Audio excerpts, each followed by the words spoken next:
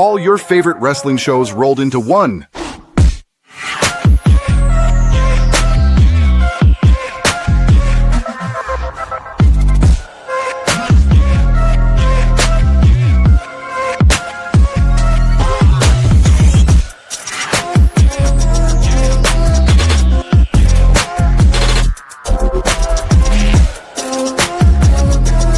Welcome to the WeBook It podcast. Let's start the show. Yo, what's up, WeBook It fam? This is your boy, Sir Claudius, man, back at you with another episode of the All Elite Recap Show, where we recap all things related to AEW Dynamite and occasionally AEW Collision. So kicking off the show, we had a very high-profile match, physical battle between the Opps and her Syndicate for the World Trios Championships. Basically, this match was everything you expected it to be. Physical back and forth battle between the two teams. Ultimately, there was a moment where MVP had Samoa Joe in position for the playmaker. However, Ricochet would distract MVP, allowing Samoa Joe to reverse into a Kikuna clutch for the submission. After the match, the Her Syndicate ran after the demand while Tony Schiavone would ask Samoa Joe why he turned his back on Hangman Adam Page. Joe basically made it clear to him that he considered every championship to be his to take. So yeah, this is a great match, great mix of styles. I could definitely see them running this back, a couple of times. So we'll see what happens there. Next up, let me see here. There was they showed some Wrestle Dream highlights. AEW had they also showed a vignette with Hangman Adam Page warning Joe that he would ruin his life. Adam Page, he don't take too kindly to people betraying him, so he's out for blood. So this rivalry just got even more personal. Let me see here. Next up, we had a promo where Darby Allin basically promised to protect AEW forever from the Death Riders. Get the fuck away from me. Move. Sorry, that was my cat, y'all. Just gets in my way sometimes and just pisses me off. Yeah, so basically with the AEW flag in his hand, Darby Allin said he would essentially die for the company, and he will keep fighting until the Death Riders keep fighting the Death Riders as long as they stood, as long as they were around in the company. So yeah, this was a pretty short promo for the most part. But Darby Allin he's never really been a man of words. He's all about that action. And so yeah, he's going to keep protecting AEW from the Death Riders. So, I don't know how long this is going to go on over the next, throughout the rest of the year and into the beginning of next year. So we'll see how that unfolds. Next up, we had another pre-tape promo. We had Jack Perry talking about him and Luchasaurus' goal to win back the AEW World Tag Team Championships. Next up, we had a fatal four-way tag team match on the women's side. We had Megan Bayne and Penelope Ford versus Jamie Hayter and Queen Aminata versus Willow Nightingale and Harley Cameron versus Skye Blue and Julia Hart. So yeah, this match was pretty solid. This was the first time Jamie Hayter and Queen Aminata teamed up together. They essentially looked unstoppable. They eventually got the win with a headbutt and a Haterade on Penelope Ford. I think this victory was really key for Hayter and Aminata for them to choose. This allowed them to be able to choose their first round opponent for the tournament, for the Women's Tag Team Championship tournament. And so they want to take on the Sisters of Sin. So we'll see how that goes. Let me see here.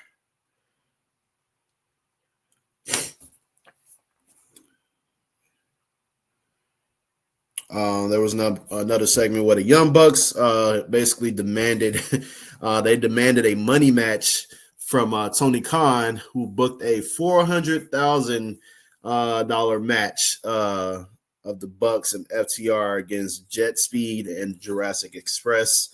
So yeah, we see how that unfolds. That's gonna be a pretty solid match. I'm not even gonna hold you. That's gonna be a good ass match.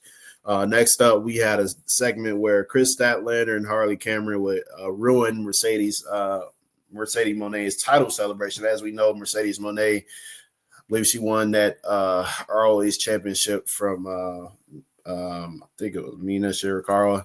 So yeah, basically Renee came out there, announced that Mercedes Moné she announced Mercedes Moné with big hype, only to find herself speaking to Mini Moné instead.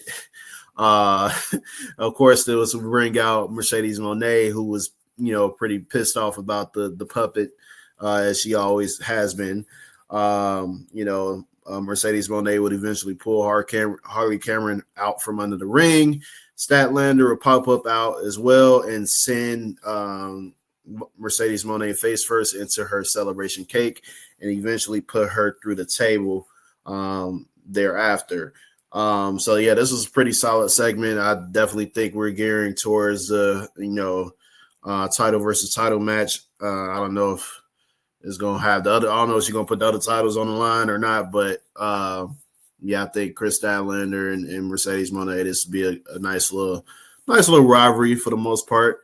I don't know what the future entails for Toni Storm, but I think that she'll probably turn her attention to something else or just take some time off, I guess.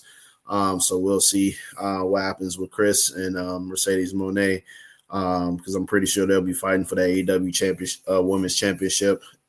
And I'm pretty sure they'll have the TBS championship on the line as well. Let me see here. Yeah, so yeah, Full Gear, they'll be facing each other at Full Gear for that AEW championship. Let me see here. Next up, we had Jon Moxley versus Kyle O'Reilly. Of course, the Death Riders were around. They always around, but the conglomeration will eventually join them for, to even the odds. And so basically, Jon Moxley, he was kind of looking discombobulated throughout the match. Kind of terrified of every submission hold that was being placed upon him by Kyle O'Reilly. But Kyle O'Reilly would lean into his fear until Jon Moxley would punch out the referee to save himself. This brought out more officials to check up on the one official that was knocked out, and basically Jon Moxley lost via disqualification. This, like I said, this will bring out both the conglomeration and the Death Riders, nearly, inciting a brawl. And so this is a rare DQ finish for AEW. They usually don't do this often, for the most part. So, so we'll see what comes of this. But I think that Kyle O'Reilly definitely out-wrestled Jon Moxley in his match. He never looked comfortable. Moxley never really looked comfortable for the most part. So this is one of those rare matches that you catch every now and then, on Dynamite. So yeah, next up, let me see here.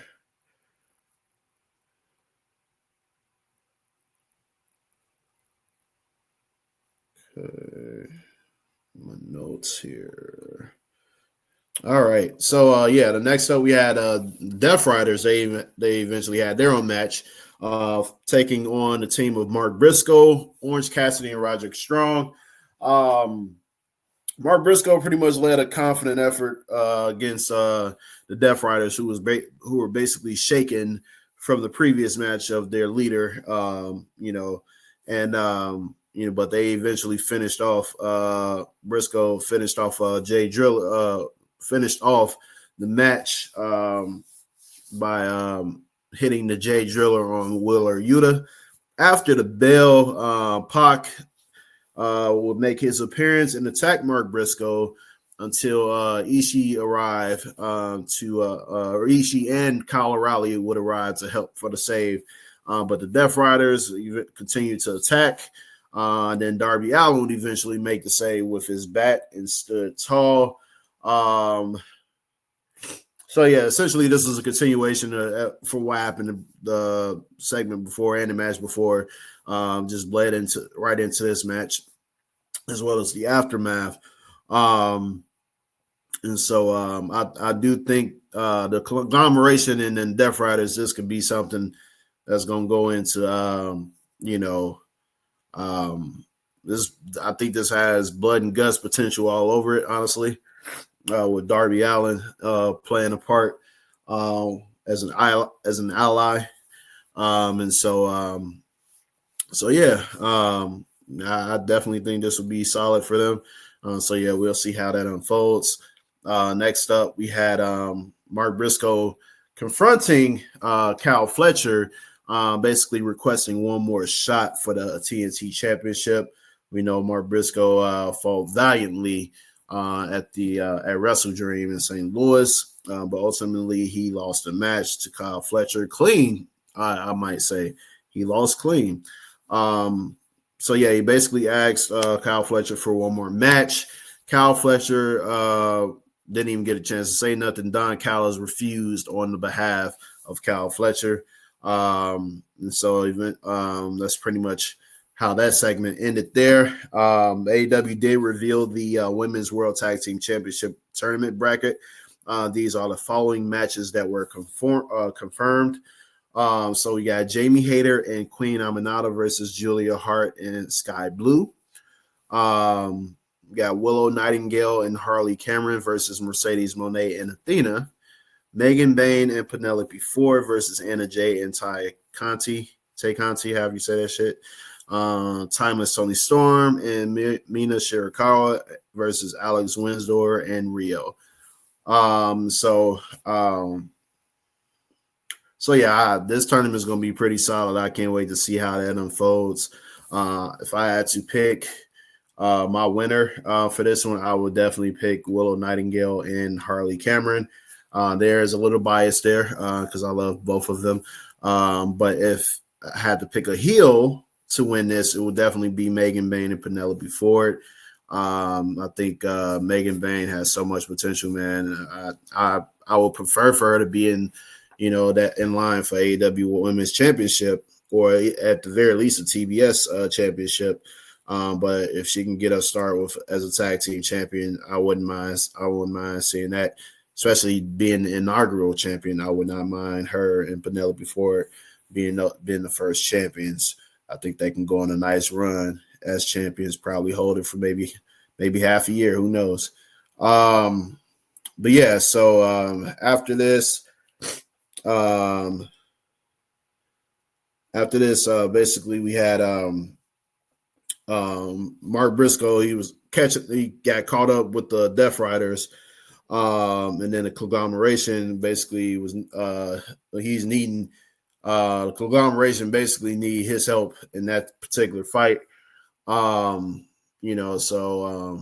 Fletcher got some other challenges that he could face other than Briscoe. So I wouldn't and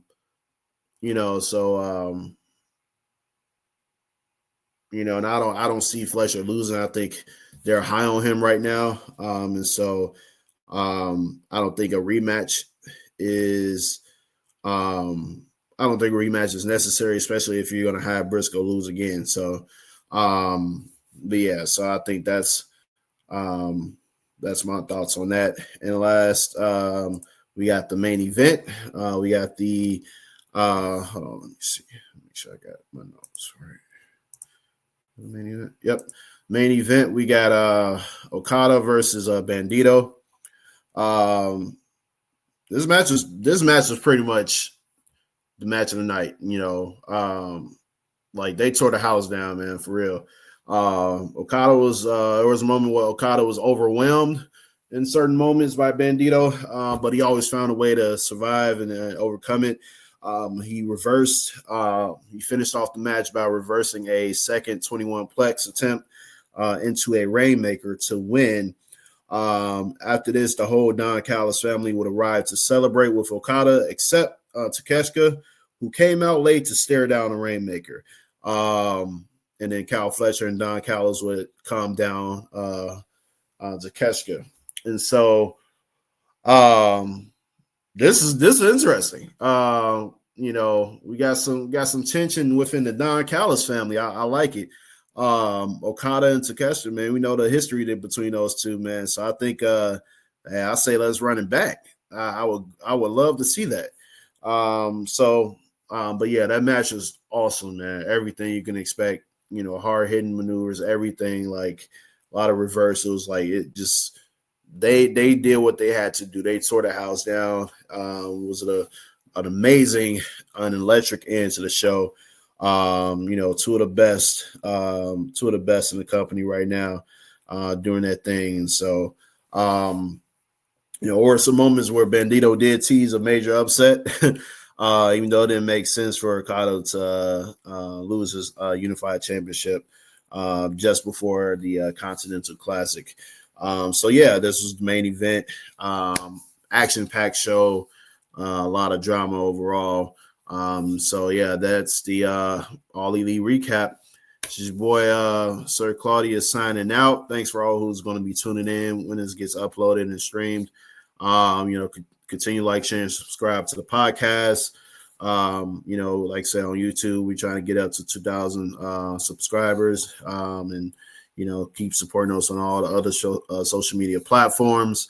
So yeah. We trying to do big things here with all the fellas, and pretty much start 2026 in 2025 on a great note, but also going to 2026 on an even better note.